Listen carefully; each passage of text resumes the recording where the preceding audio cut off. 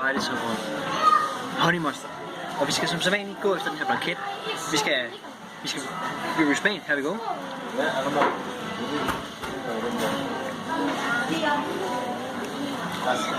Den er god. Kvalitet.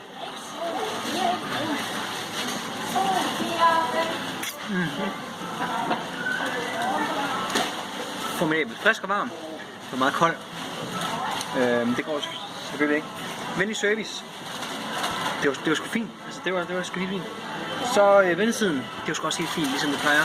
Altid godt her på Carl's. Så har vi ordrepression.